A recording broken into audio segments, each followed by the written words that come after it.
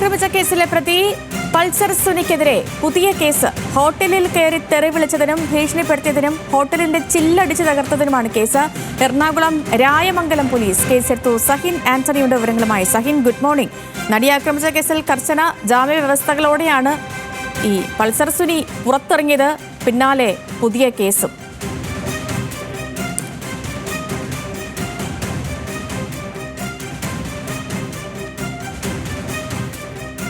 നടിയാക്രമിച്ച കേസിലെ പ്രതി Pulsar സുനിക്കെതിരെ hotel തകർത്തതിന് case വന്നിരിക്കുന്നു എന്നുള്ളതാണ് ഏറ്റവും പ്രധാനപ്പെട്ട വാർത്ത.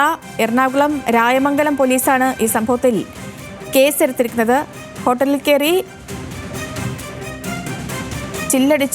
ഹോട്ടലിന്റെ ചില്ലടിച്ച് തകർത്തു, ഭീഷണിപ്പെടുത്തി, തെറിവിളിച്ചു തുടങ്ങിയ ആരോപണങ്ങൾക്കാണ് രായമംഗലം പോലീസ് പൾസർ സുനിക്കെതിരെ കേസെടുത്തിരിക്കുന്നത്. സഹിൻ ആന്റണിയോട്. സഹിൻ, കേൾക്കാമെങ്കിൽ, ഈ നടിയാക്രമിച്ച കേസിൽ കർശനമായ ജാമ്യ വ്യവസ്ഥകളോടെയാണ് പൾസർ സുനി പുറത്തിറങ്ങിയിരിക്കുന്നത്. അതിന് തൊട്ടു പിന്നാലെയാണ് ഇപ്പോൾ പുതിയ കേസ് വന്നിരിക്കുന്നത്. ഇതെന്താണിപ്പോൾ സംഭവം? അതായത് ഇന്നലെ പൾസർ സുനിയും സുഹൃത്തുക്കളും ചേർന്ന് ഒരു ഹോട്ടലിൽ ഭക്ഷണം കഴിക്കാൻ എത്തി എന്നാണ് മനസ്സിലാക്കുന്നത്. അവിടെ വെച്ച് ഹോട്ടലുകാരുമായി തർക്കമുണ്ടാവുകയായിരുന്നു. പിന്നീട് സുനി അവരെ ഭീഷണിപ്പെടുത്തുകയും ഹോട്ടല് തല്ലി തകർക്കാൻ ശ്രമിക്കുകയും ചെയ്തു. ഹോട്ടലിലെ ചില്ല് അടിച്ചു തകർത്തു. ഇതോടുകൂടിയാണ് ഹോട്ടൽ ഉടമകൾ പൾസർ സുനിക്കെതിരെ പരാതി കൊടുത്തത്.